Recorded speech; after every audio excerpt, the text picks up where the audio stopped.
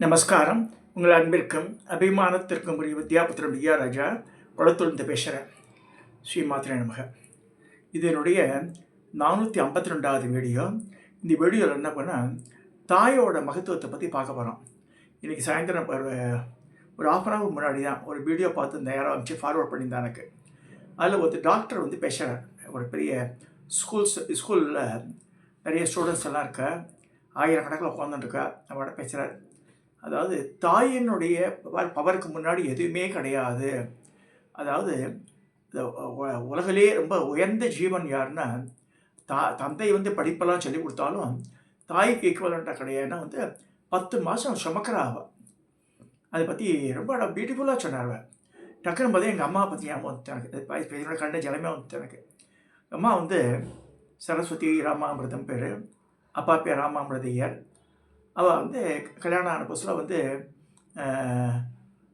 இதில் திருவாரூரில் வசிச்சிருக்கா. அப்புறமா வந்து கல்யாணம் ஆகி வைத்தீஸ்வரன் கோவில் வந்துட்டா. 13 வயசில் கல்யாணம் அம்மாவுக்கு. அப்புறம் வந்து எங்கள் அப்பா ஸ்டேஷன் மாஸ்டர், அப்போ பின்னாடி தான் ஸ்டேஷன் மாஸ்டர், ரயில்வேல ஒர்க் பண்ணார். முதல்ல தம்புச்செட்டி ஸ்ட்ரீட்டில் இருந்துருக்கா அவள். குழந்தையெல்லாம் பிறக்கல அப்போ வந்து ஸ்வராஜ்யான்ற ஒரு பத்திரிகையில் ஒர்க் பண்ணியிருக்கார் அப்பா. அப்புறம் ஹி காட் செலக்டட் இந்த ரயில்வேஸு, குண்டக்கல் டிவிஷன், இந்த மாதிரி ஆந்திராவில் நிறைய ஒர்க் பண்ணியிருக்காரு. முதல்ல பேசிக்கில் இருக்கும்போது ஏஎஸ்எம், அப்போ எஸ்எம்மாக இருக்கும்போது ஆன பிறகு கொஞ்சம் தமிழ்நாடுலாம் வந்தார். திருவலம், காட்பாடி அந்த சைடில் வந்திருக்கார்.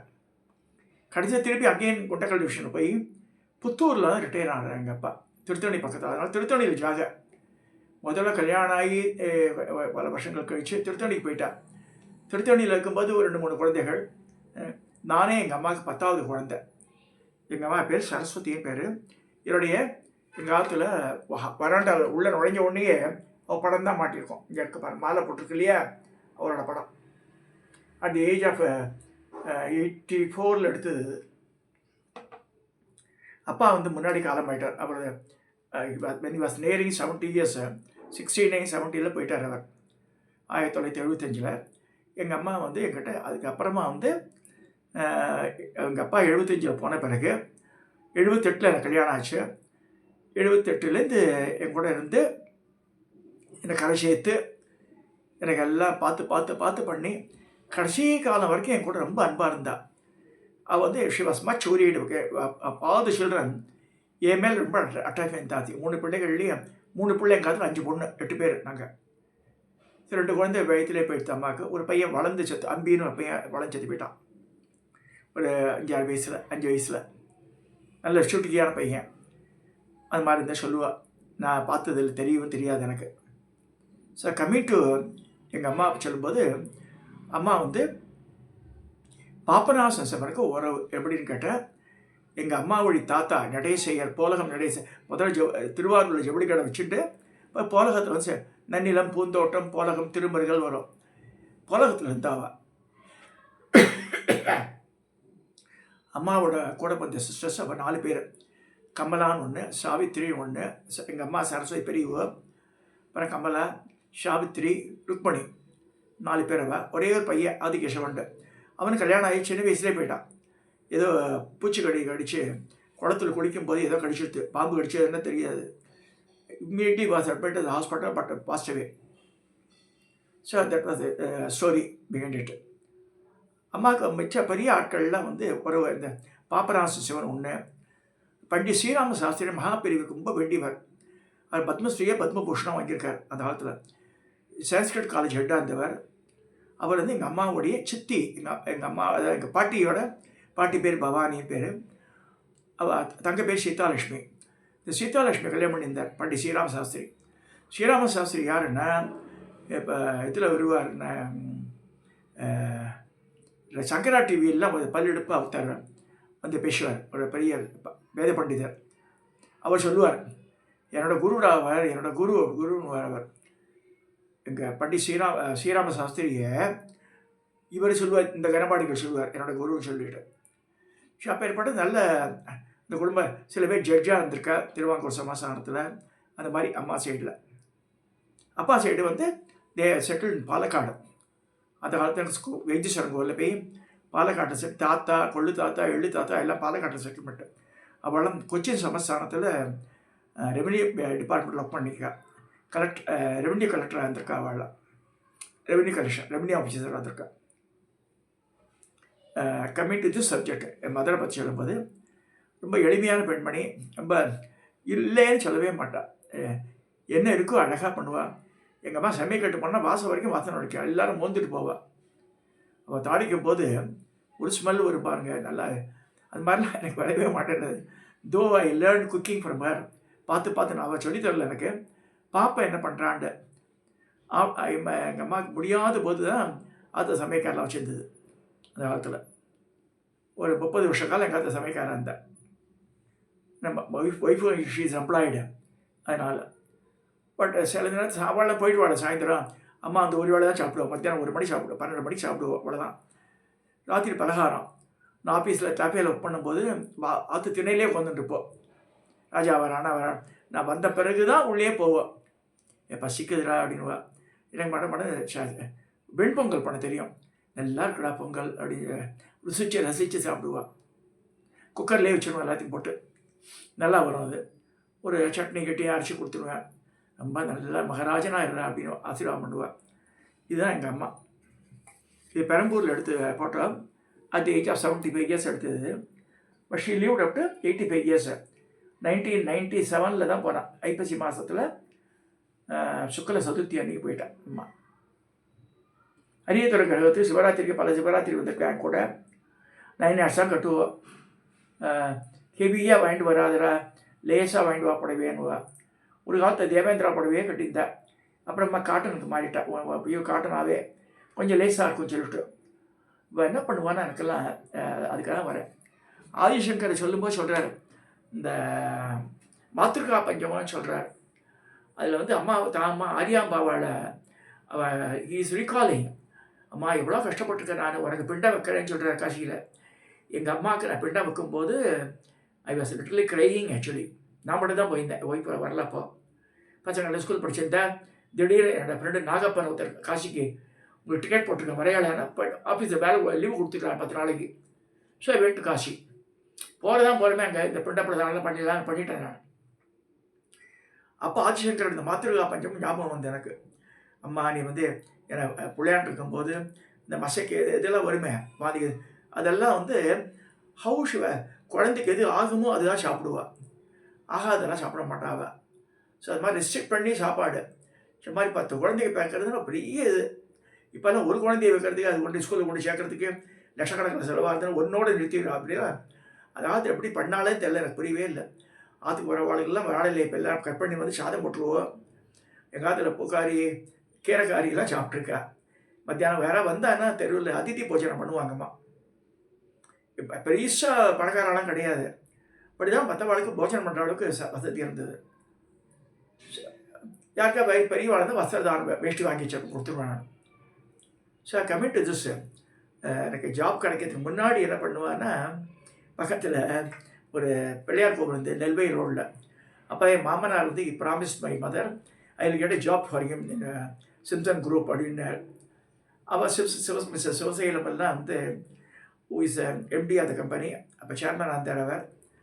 கல்யாணம் ஆனதான் மாப்பிள்ளை, கல்யாணத்துக்கு முன்னாடி இப்போ வேலை தர முடியும்ட்டு அவள். ஸோ கல்யாணம் ஆகி இந்த சுத்தரமாவுக்கு நான் படையெடுத்துக்கேன். எத்தனை எங்கள் அம்மாவுனால தான். ராஜா தூங்கிட்டே இருக்கேடா, எப்படா வேலை செஞ்சு வேலை கிடைக்கும், எழுந்துடுறான்னு என்னை உசி பேத்தி விடுவேன். எழுந்து அங்கே ரோட்டில் நெல்வேலி ரோடில் நடக்கும்போது பார்த்தா நான் ஒரு ராசி இல்லா ராஜான்னு ஒரு பாடல் அந்த காலத்தில் வந்து ஒரு சினிமாவில் ஃபேமஸான பாட்டு அது போட்டுருவான். ஏன்னா அது நமக்கு தான் அப்படிங்கிற அது மாதிரி அப்படின்னு நினச்சிப்பேன். சரி, சில நாட்களில் சிவசேனம் பார்த்து பேசுவார். மிஸ்டர் சிவசேனம் பேசுவார். அவெல்லாம் வந்து தன்மையான மனுஷாவார். அப்போ எத்தனை தடவை நீ படையெடுத்திருக்க ஆற்றுக்கு அப்படின்னுவார். ஒரு தடவை அவரும் ஒய்ஃபும் ஏதோ காரில் ஏறி வெளில கிளம்பிட்டுக்கார் உள்ளே நுழையிறேன் சுத்தரமாவில். அப்போ சொன்னார், won't you take your wife and all cinema and all that drama and Sundays அப்படின்னார். சண்டே தான் போவோம் ஆற்றுக்கு. இல்லை sir, unless you give me job I will not go. தோட தட்டி கொடுத்து, don't worry, everything is been arranged, within a few 1 or 2 months you will get job அப்படின்ட்டார்.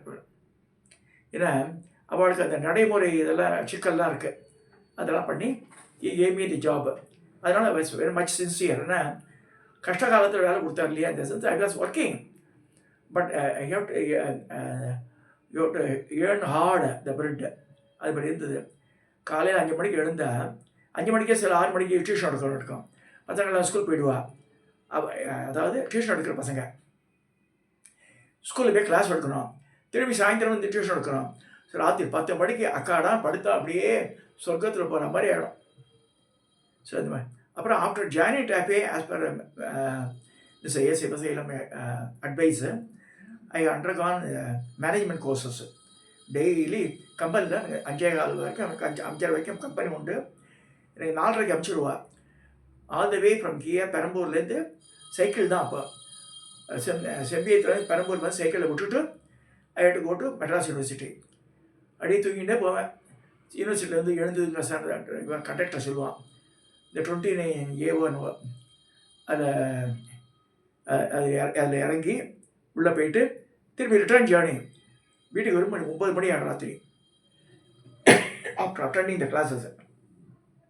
இதெல்லாம் எதுக்கு சொல்கிறேன்னா, எங்கள் அம்மா சரஸ்வதி அம்மா வந்து சரஸ்வதி கடாட்சம் ரொம்ப நிறைய உள்ள ரேடியோ. 2ஆம் கிளாஸ் தான் படிச்சிருக்கா. நிறைய கவிதையெல்லாம் எழுதுவோம். எப்படி எழுதுதான் இப்போ தான் ஆச்சரியமாக இருக்கு எனக்கு. ஆழ்வார்குறிச்சி போயிருக்கும்போது இந்த சிவசைலநாதர் பரம கல்யாணி பற்றி ஒரு பாட்டை எழுதியிருந்தா. அந்த பாட்டு கூட செம்மங்குடி சீனிவாசையர் பேத்தி சரஸ்வதி, அவள் பேர் சரஸ்வதி தியாகராஜன் பேர். மாமா ரிசர்வ் பேங்க்கில் இருந்தார். இப்போ மயிலாப்பூரில் இருக்கான்றாவா. ஒரு தடவை தான் போயிருக்கேன் மயிலாப்பூரை பார்த்துக்கு.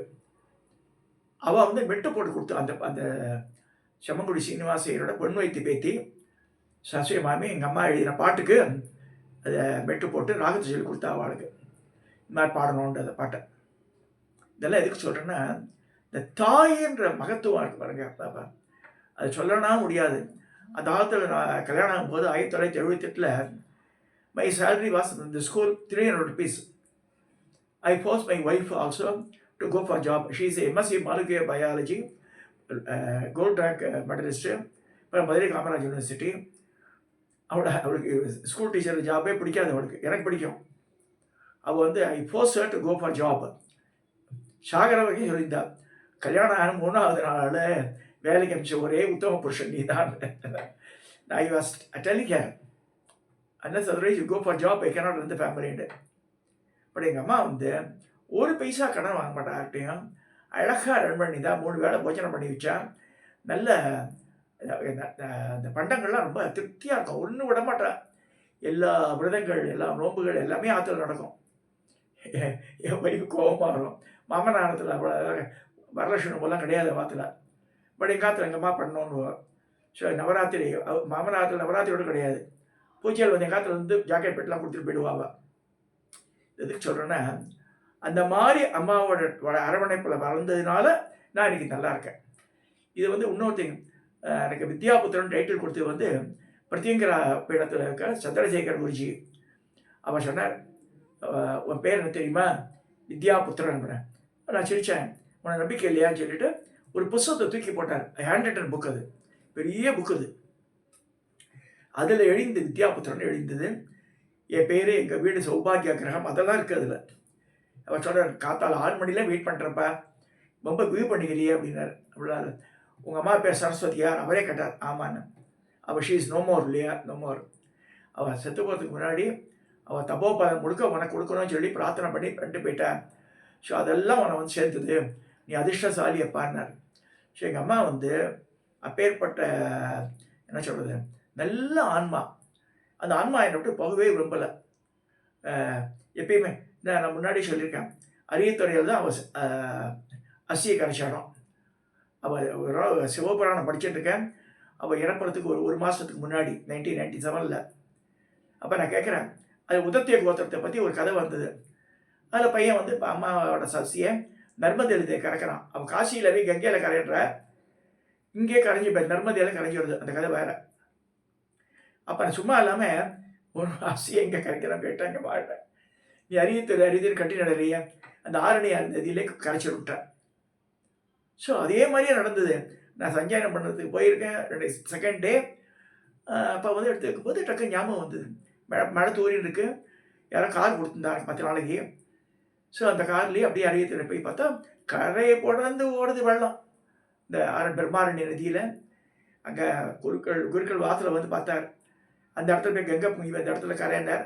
எங்கம்மா கரைச்சேன். நான் எதுக்கு சொல்ல வரேன்னா, அரியத்துறையே லைஃப் தோ ஐ பிலாங்ஸ் வைத்தீஸ்வரன் கோவில் சொன்னாலும், ஏன்னா என்னோடய லைஃப் எல்லாம் பின்னி பணிஞ்ச அரியத்துறை தான். பரமூர்த்தி ஈஸ்வர மரகதவல்லி தான் எனக்கு வந்து பிச்சை போட்டது. ஒவ்வொரு இதுலேயும் அவள் தான் வந்து எனக்கு உறுதுணையாக இருந்து இன்னி வரைக்கும் இருக்கா.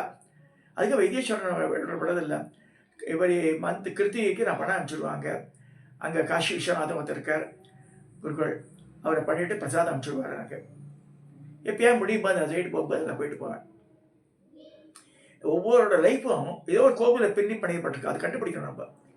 எனக்கு ஃபார்ச்சுனேட்லி அரியத்துறையில் இருக்கிற சண்முக குருக்கள் ஒய்ஃபு பிரபாவதி அம்மையாரும் ஒரு 35 வருஷத்துக்கு முன்னாடி 37 வருஷத்துக்கு முன்னாடி இந்த மெட்மியார் சிறுவாபுரி இங்கே கோவிலுக்கு வாங்கன்னு மாமி ஃபோர்ஸ் பண்ணி கூட்டு நெஷன் போயிட்டா அந்த கோவிலுக்கு. அன்னையிலேருந்து எனக்கு அந்த கனெக்டிவிட்டி ஏற்பட்டுருது. மாமி மாமா 2 பேரும் ரொம்ப தன்மையான மனுஷா. இந்த சிவராத்திரி போக கூட நமஸ்காரம் பண்ணிட்டு வந்தேன். நான் என்ன பண்ணேன், ராஜாவுக்கு ஒன்றும் பண்ணல, எனக்கு வந்து அன்னபூர்ணி சொல்கிறான் அப்படின்னா. நிஜமாவும் அன்னபூர்ணி. ஏன்னா வந்து நம்ம வந்து பசி வேலையில் இருக்கும்போது ஒரு இலையை போட்டு புற சாதம் போட்டு அது வத்த குழம்பு ஒரு நாள் என்ன போட்டுறா, கீரை மசியல், வத்த குழம்பு, கொஞ்சம் புளி ரசம், தக்காளி கூட இருக்காது இல்லை, ஏதோ ஒன்று வேப்பம் ஏதோ ரசம் வச்சுருப்போம், தண்ணி மோர் போட்டு எலுமிச்சை ஊறுகாய் வைப்போம் தொட்டுக்கிறதுக்கு.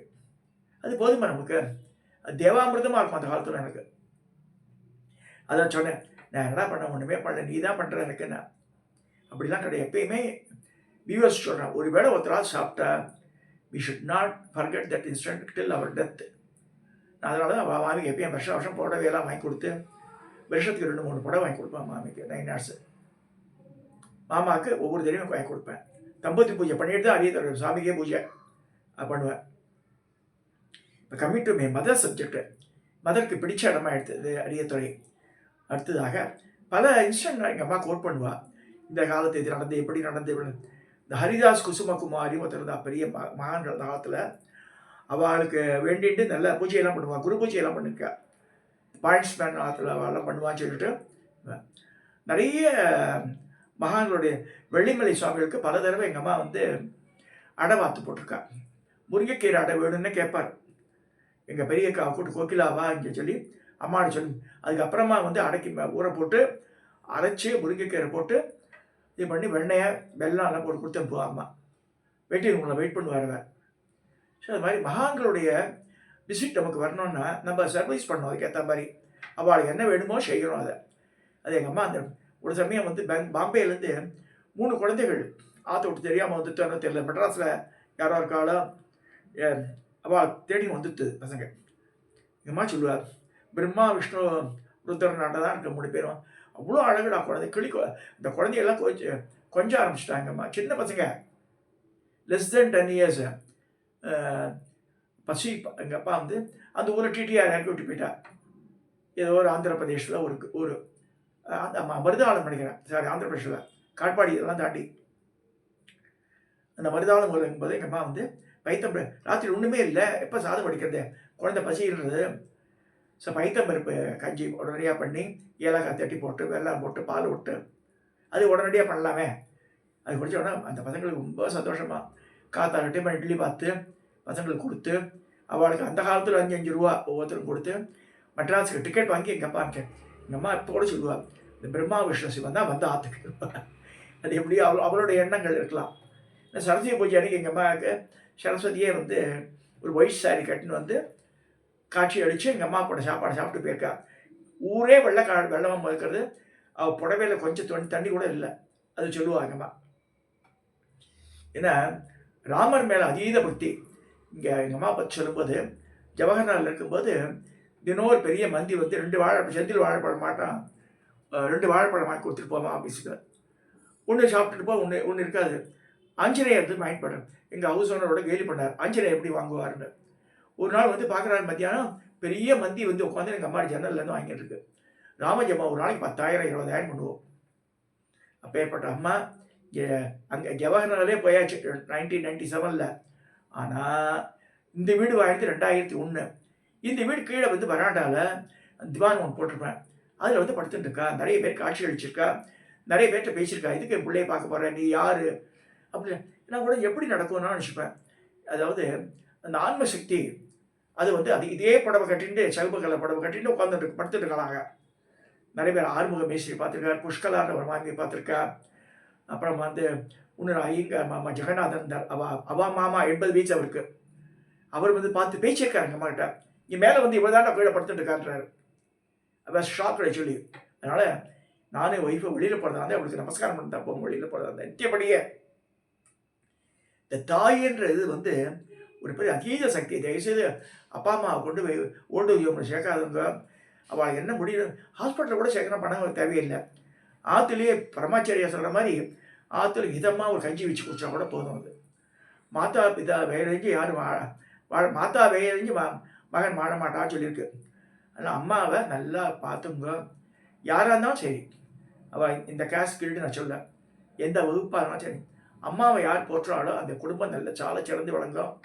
மனைவி தப்பாக பேசினா கூட சரி, அதை அவளை கவுன்சிலிங் பண்ணி try to keep her till her death at with you. She is an accept. அவள் தான் வந்து என் குழந்தைகளெல்லாம் வளர்த்துருக்கா. என் ஒய்ஃப் அப்ராட் போகும்போதெல்லாம் வளர்க்குற இடத்தை விட்டு ஒரு ஸ்டேஜ் வரைக்கும் அவள் தான் வளர்த்துருக்கா. அதை மறக்கவே முடியாது. எனக்கு பெரிய அட்வைஸ் தருவா. ஒவ்வொன்றும் கேட்பா. திடீர்னு படுத்திருந்தாலும் தலைவலிக்குதாடா, உனக்கு கஷாயம் வச்சு தட்டாமலாம் கேட்போம். இப்போ அவள் இல்லையன்றது இந்த ஏஜில் நான் ஃபீல் பண்ணுறேன். ஸோ எங்கள் அம்மாவுடைய பிஹேவியர் கொஞ்சம் அது அட்லீஸ்ட் ஃபாலோ சர்டன் திங்ஸ் பண்ணிட்டு இருக்கேன். இதை சொல்லி இந்த வீடியோவை நான் நிறைவு செய்யறேன்.